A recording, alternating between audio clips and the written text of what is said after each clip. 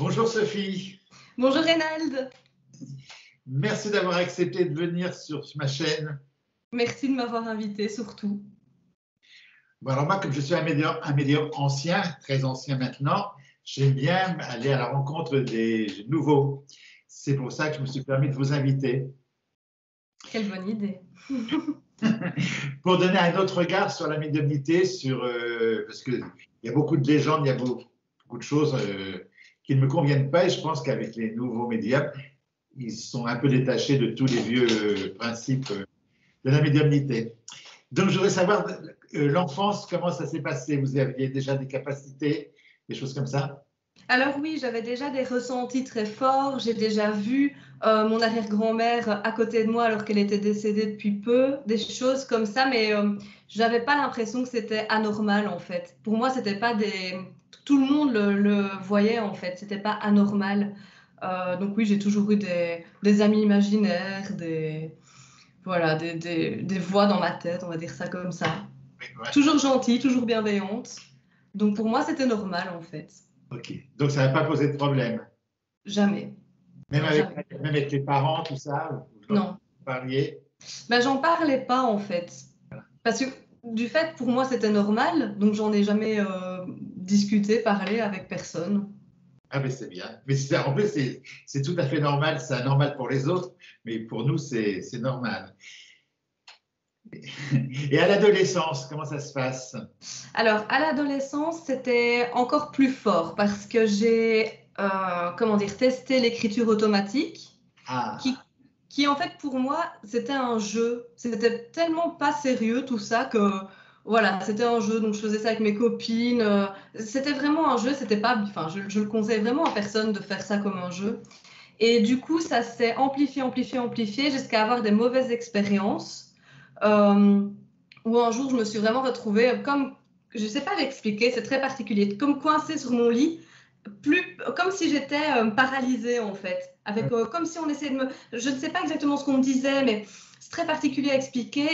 Et quand ça m'a lâchée, je me suis dit je le ferai plus jamais, et je l'ai plus jamais fait. Et je devais avoir 16-17 ans à ce moment-là. mais tous les médiums vivent à peu près ça, les vrais médiums.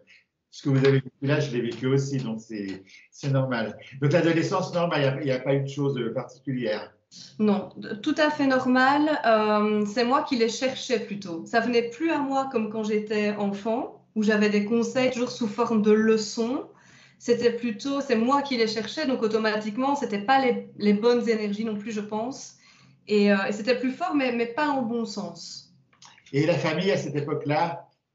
Alors, ma mère, je lui en parlais et ça ne posait pas trop de problèmes. Et mon père, je ne lui en parlais pas. Voilà, je n'avais pas le besoin forcément d'en parler. C'était un peu comme une honte quelque part, je pense, au fond, parce qu'on commence à se dire que les gens ont un mauvais regard sur tout ça. Et forcément, à part mes amis très proches, vraiment un cercle très proche, j'en parlais pas. D'accord. Et vous êtes intéressé à des livres sur la médiumnité, sur la mort et tout ça, ou pas du tout? Oui, moi j'ai lu dans mon adolescence, ça devait être Karine après la vie ou Karine après la mort. Je ne sais pas si vous connaissez. Oui. Et ça, c'est le changement de génération. Oui, moi je connais. Vous avez connu ça, oui, oui. C'était mon premier livre sur le sujet et ça m'a passionnée. C'est la vie. Oui, et d'ailleurs la maman dans ce livre-là fait l'écriture automatique. C'est à mon avis pour ça que j'étais plus portée là-dessus à ce moment-là. Vous avez lu Kardec et tout ça, les grands classiques? Non, j'ai pas voulu me faire peur. Très bien. Ma grand-mère était très catho, donc elle avait très très peur de ce que je faisais. Elle savait que je le faisais, etc. Tout le monde était au courant dans ma famille, mais on n'en parlait pas trop. Et du coup, elle me faisait déjà un peu peur avec cet aspect catholique, etc. Donc j'avais pas envie d'en rajouter avec Kardec. Ah, Karine après la vie, c'est un très beau livre. Hein. Magnifique. Magnifique. Hein. Mais ça fait déjà une trentaine d'années maintenant, ce livre qu'il est sorti. Plus personne n'en parle. Je le citerai dans la vidéo, je mettrai une couverture du livre. Voilà. Oui, oui, et puis ça parle aussi de la TCH. Enfin, c'est Oui. super intéressant. Et c'est un livre très sérieux surtout. Oui. C'est pas perché, c'est vraiment. Ouais.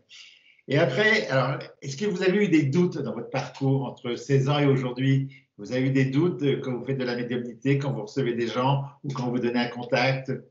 Alors, j'ai tout le temps des doutes. Tout le temps, tout le temps, tout le temps. C'est-à-dire qu'à chaque fin de contact, chaque fois, je dis, j'espère que j'ai bien transmis le message, et si ce n'est pas le cas, je vous demande pardon. Enfin, je suis remplie de doutes en permanence, que ce soit pour le message, que ce soit pour l'aspect télépathie, que ce soit pour tout. J'ai l'impression d'être... je veux bien faire et j'ai peur d'être un imposteur, en fait. C'est particulier, mais on peut me donner toutes les preuves qu'on veut, je peux dire des choses que j'aurais jamais pu savoir à chaque chose. J'ai toujours des doutes, tout le temps. Ça passera, hein, peut-être. Moi, ça n'est pas. J'espère. Moi, c'est par moments. Des fois, ça part, et des fois, ça revient. Des Oui, fois, qu'est-ce que je suis nul, j'ai rien dit du tout. Et en fin de compte, nous, on a l'impression de rien dire, mais on dit des choses aux gens, et pour eux, c'est hyper important. oui, c'est vrai, c'est vrai. Des Le, petits détails. un bateau, Oui. pour la personne, ça va être. Voilà. Donc, le doute, c'est normal. Oui, oui, c'est vrai. Et des fois, on n'a même pas envie de le dire, hein.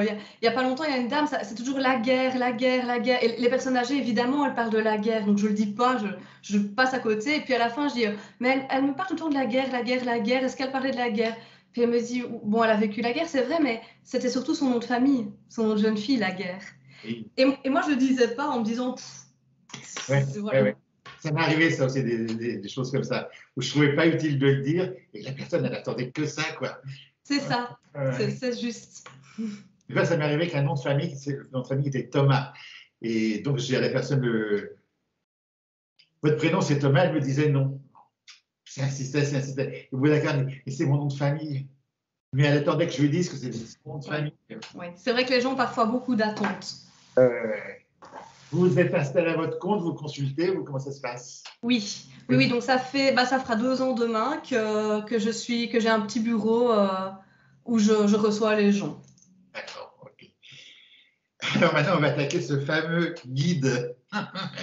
Qu'est-ce que c'est pour vous, le guide? Alors, là-dedans que... oui, oui, oui. Ah, mais j'ai entendu ce que vous pensiez, vous. Alors, moi, je pense... Vous connaissez, vous, c'est vrai, oui. Moi, je pense que... moi, je suis persuadée, au plus profond de moi, d'avoir 2 teams de guides, donc 2 équipes de guides différentes. Après, ça peut être 2 énergies différentes, ça, je ne sais pas, mais c'est comme si j'avais un guide dans ma vie personnelle qui est très, très différent du guide dans ma vie professionnelle. Je n'ai pas l'impression que ce soit les mêmes énergies à côté de moi quand je m'assieds dans mon bureau face aux gens, très douce, très dans l'apprentissage et tout comme ça. Et dans la vie, beaucoup plus dur, beaucoup plus je te secoue, beaucoup quoi. J'ai vraiment l'impression que c'est deux énergies différentes. C'est très très bien ce que vous dites. Voilà, ça c'est vrai, ça c'est vrai. Parce qu'on travaille avec 2 énergies différentes. Moi, c'est la même chose, hein. Moi, je suis un peu ours dans la vie. Puis quand je me mets en contact avec en salle, en public, je reste un peu ours parce que c'est public. Et quand je suis dans mon bureau, je suis plus le même du tout. C'est ça, c'est exactement ça. Et 2 choses différentes, voilà. Donc, mais pour vous, est-ce que ce sont des défunts, des guides, des êtres de lumière, ou alors c'est une énergie C'est un peu difficile. Moi, je crois qu'on a des guides de notre famille qui décident de nous aider, en plus de faire tout ce qu'ils ont à faire de l'autre côté. Et que les guides qui sont avec nous, c'est des énergies, c'est pas des personnes. Comment dire, c'est des sensations, c'est des énergies qui nous entourent depuis toujours, en fait. Et je sais pas, on parle aussi parfois certaines personnes qui changent en fonction de comment on évolue, mais moi, j'ai pas l'impression. J'ai l'impression qu'ils ont toujours voulu que j'évolue vers ça et qu'ils m'ont toujours accompagnée. J'ai l'impression que c'est les mêmes énergies toute notre vie. Ça, c'est mon impression à moi toute seule. Chaque médium a son ressenti, sa vérité et tout ça. La seule chose qui compte, qu'on soit bon médium ou mauvais médium, c'est qu'on dit tous la même chose, qu'après il y a autre chose et qu'on se retrouve. Voilà. Ça, là, on se rejoint. Ça, c'est l'essentiel. Après, comment ça pratique, voilà. Moi, je suis pour la simplicité, ça se passe tout seul, voilà. Et sûrement, vous avez entendu parler dans le milieu souvent le bas astral. Vous en pensez quoi? Une jeune médium comme vous? Bon, alors, je vais peut-être choquer, mais c'est pas que j'y crois pas. Non, vous ne choquerez pas, il faut dire ce que vous pensez vraiment. Oui, moi, c'est pas que j'y crois pas, je pense que ça existe parce qu'il y a eu des histoires, on peut pas nier que des choses mauvaises existent, mais il faut pas venir me voir en me parlant de ça parce que moi, ça m'intéresse pas. Moi, je fais que l'aide au deuil, les gens qui sont dans le deuil. C'est-à-dire qu'il ne faut pas venir me voir, même si quelqu'un s'est suicidé, en disant pourquoi tu t'es suicidé? Non, ça ne m'intéresse pas, ce n'est pas les reproches. Et puis tout ce qui est du bas, j'ai jamais eu à faire. Jamais. Et vous êtes comme... Voilà. Oui, et je me pose beaucoup de questions par rapport à ça d'ailleurs, où je me dis, bah, c'est bizarre. Moi, j'ai que des gens qui sont en paix. S'ils sont pas en paix, je les ai pas. Moi, une fois, j'ai une dame qui m'a discuté parce que tous les contacts que j'ai avec les défunts, je disais qu'ils étaient bien. Elle me dit, mais oui, ils sont toujours bien. Mais oui, parce que s'ils ne sont pas bien, ils ne vont pas venir me voir de toute manière. Eh ben, c'est exactement ça. Et je me suis posé des questions longtemps et finalement, j'ai fini par me dire, bah, tant mieux finalement. Tant mieux. C'est que c'est une protection. Le bas astral, c'est un mot que je n'aime pas. Le bas. Le début de l'astral. Le premier plan, le début. Mais le bas. Ils sont dans le bas. Qu'est-ce que c'est laid, ça? Donc, ça ne m'intéresse pas, le bas. Pour moi, c'est une légende. Enfin, ils y vont doucement, mais moi, je n'ai jamais eu affaire à ça. Voilà. Moi non plus. C'est pour ça que je ne peux pas en parler parce que pour moi, les démons, tout ça, j'imagine qu'il y a des choses pas chouettes qui doivent arriver, mais je n'ai pas d'opinion parce que je ne les ai pas jamais. Moi, je vais dire un truc, ça va me mettre en colère sûrement. Quand ceux qui sont un peu... Parce que en 40 ans, j'en ai entendu des trucs. Hein. Et que j'ai des collègues qui sont fait un peu attaqués et tout. Moi, je dis qu'à un moment donné, on se fait attaquer, c'est qu'on touche à des trucs pas bien. Donc, on ouvre la porte. Voilà, je pense aussi. Alors, quand vous recevez, vous faites à distance au téléphone les contacts médiumniques ou pas? Non, jamais. Je refuse, sauf parfois il y a des exceptions où il y a des gens qui habitent au Canada ou en Australie ou des choses comme ça. Alors là, j'accepte de le faire en visio. Mais si c'est faisable de venir me voir, j'aime autant, je trouve que c'est plus respectueux. Et c'est moins dangereux, je trouve. Moins dangereux, et puis j'ai l'impression que c'est moins sacré surtout. Ça doit rester, j'ai l'impression que les contacts défunts, c'est un peu devenu comme on va acheter son pain, quoi. Et moi, je trouve que ça doit rester sacré, c'est important, quoi. C'est pas banal de faire un contact défunt. Voilà, je vous adore, voilà. Parce que depuis qu'il y a Internet, c'est la foire à tout. Hein. Je te fais à distance, je te fais ça par WhatsApp. Non, c'est sacré. Et puis, quand on fait un contact médiumnique avec une maman qui a perdu son fils, c'est l'exemple que j'ai eu plusieurs fois, hein, où le contact se passe à merveille, à merveille. Donc, la dame, elle est certaine qu'il y a autre chose. Et qu'elle vous raccroche et qu'elle vous dit, mais maintenant que je suis sûre, je peux aller le rejoindre. Voilà. Quand elle vous dit ça en face de vous, vous pouvez gérer, mais au téléphone.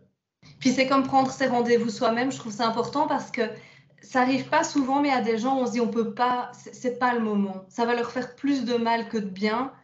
Même s'ils ont de l'amour, ils recevront de l'amour, ils sont pas prêts à faire un contact. Et je pense que c'est important que tout se fasse en face. Très bien, très bien. Je suis content des réponses. Yes.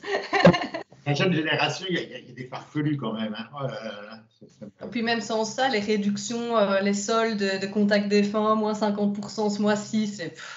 Ah oui, ça me gêne un peu. Je trouve que la médiumnité, c'est pas dangereux par rapport à tous les gens qui disent que la médiumnité, c'est dangereux. C'est pas dangereux. Ce sont les médiums qui sont dangereux. Tout à fait. C'est ceux qui font 50% pour les soldes. Du mardi de 20h à telle heure, c'est moins cher. C'est terrifiant, je trouve ça. C'est pour ça qu'on ne nous prend plus au sérieux. C'est pour ça que le métier est tellement mal vu, en fait, je pense. Ah ben S'il n'y avait oui. que des gens qui faisaient ça rigoureusement, dans un bureau, en face à face, correctement, etc., on nous verrait sans doute beaucoup mieux que ça, j'imagine. Ben, j'espère, oui, oui. Et je voulais... est-ce que vous faites de la voyance également? Alors moi, je dis toujours que je ne fais pas de la voyance, je propose de la guidance. Le moins possible parce que je n'aime pas tellement ça, parce que j'aime pas de dire aux gens, il va vous arriver ça, ça, ça. Je préfère essayer de rentrer en contact avec leur guide et donner des conseils. Et les cartes, c'est un support, ça reste un support. Mais je remarque quand même que dans la clientèle des gens qui viennent faire des guidances, c'est plus compliqué. J'ai plus de difficultés à rentrer en empathie, j'ai plus de difficultés à... Parce que c'est souvent les mêmes questions, quoi. C'est les infidélités amoureuses, est-ce que je vais être riche? Ça me paraît moins sacré. Oui. Moi, j'ai enlevé ça, je ne prends pas pour ça. je prends pas pour ça. Je prends que pour les placements financiers de banquiers, Voilà. tout ça. Voilà. Je prends pas pour la vie de tous les jours. Est-ce que mon mari m'a trompé? Est-ce que ceci, ça, je fais pas ça. Je suis pas Madame Irma. Voilà, oui, ben moi je le fais, mais je pense tout doucement, je pense que ça finit par abîmer en fait. Oui, oui. Donc Ça abîme l'image déjà du voyant. Hein, voilà. voilà. Est-ce que vous avez fait de la recherche avec la police ou la gendarmerie ou des choses comme ça? On vous a demandé? Non, on m'a demandé, mais alors là c'est les parents pour le jeune Théo Hayé qui a disparu en Australie. Je ne sais pas si vous en avez entendu parler, c'est un Belge. Mais Vous êtes belge, on est en France, on ne connaît pas voilà. en Belgique. Mais j'ai pas accepté parce que j'ai trop peur des conséquences de dire quelque chose que voilà, je me sens pas compétente. D'accord, ok.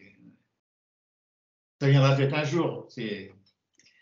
Qui sait? Moi, je l'ai fait, j'aime pas trop ça, mais à cause des conséquences. Voilà. Mais des fois, ça peut aider. Oui, et on a vu d'ailleurs avec le petit Émile, hein, chez vous, qui a disparu il n'y a pas tellement longtemps, tout un groupe, je ne sais pas si vous avez vu ça, de médiums qui disaient tout et n'importe quoi. Oui, il tape sur le sol. Voilà.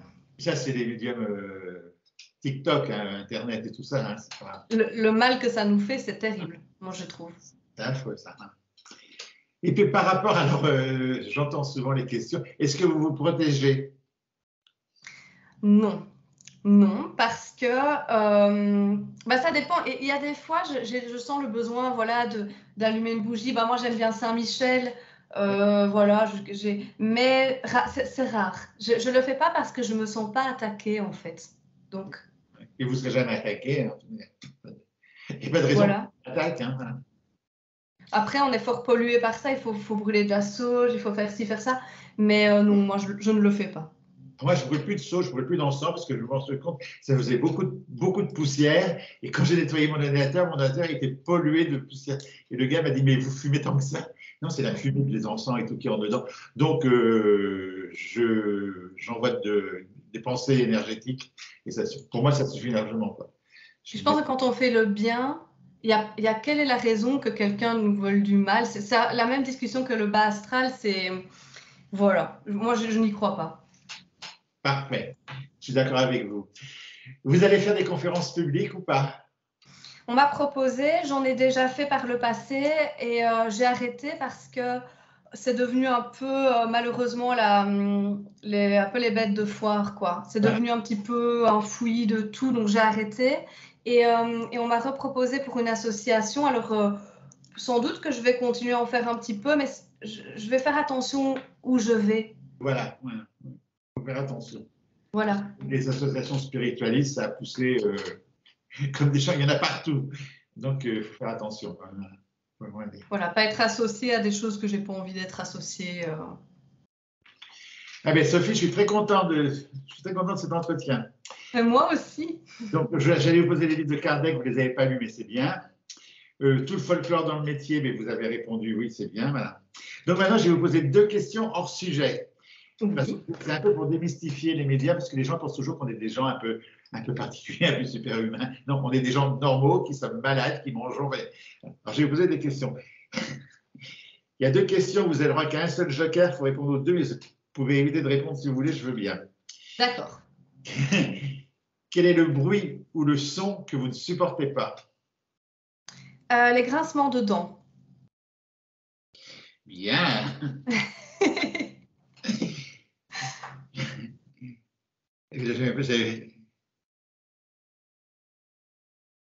Ah, là, je vous entends plus. Non, je ne parle pas. Ah, voilà, ok. J'avais pas pour la deuxième question. Alors, quel est le bruit, le son que vous ne supportez pas? Ah oui, non, il n'y avait qu'une question. Ça va, j'ai bien répondu. La deuxième, j'ai oublié de l'écrire en fin de compte. J'ai pas dû utiliser de joker, c'est parfait. Sophie, je vous remercie. Hein. Merci à vous, merci beaucoup. Je souhaite une belle route dans ce domaine. Comme je suis un vieux conseiller, j'ai toujours, je le dis à tout le monde, et je n'aimais pas qu'on me le dise, mais je le dis quand même à tout le monde, du discernement, c'est important. Oui. Faire très attention dans ce domaine. Voilà. Je vous remercie pour tout. Merci à vous, merci beaucoup. Là, l'image, elle est un peu figée. Je ne sais pas si ça sera figé ou pas. Ce qui compte, c'est le son et votre voix, et votre jolie voix. À mon avis, ça va le faire. Au revoir, je vous remercie. Merci à vous.